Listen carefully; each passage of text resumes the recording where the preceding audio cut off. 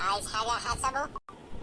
كنت عايز اسألك، هو ليه معرض مصرية غالي دونا عن جميع الدول؟ اقول لك انا بقى مهرها غالي ليه؟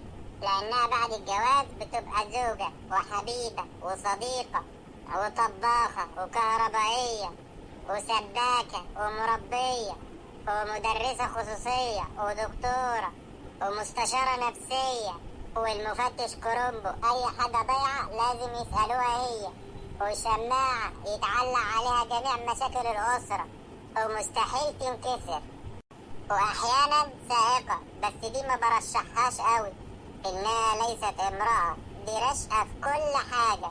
وانت يا رجالة مش فالحين غير في الزعيق. فين الاكل؟ فين الشرب؟ فين الهدوم النظيفة؟ فين الشراب الكحل اللي ضايع من سنتين؟ ده غير كوباية الشاي اللي كل 3 دقايق. عرفت يا اخويا مهر المصرية غالي ليه؟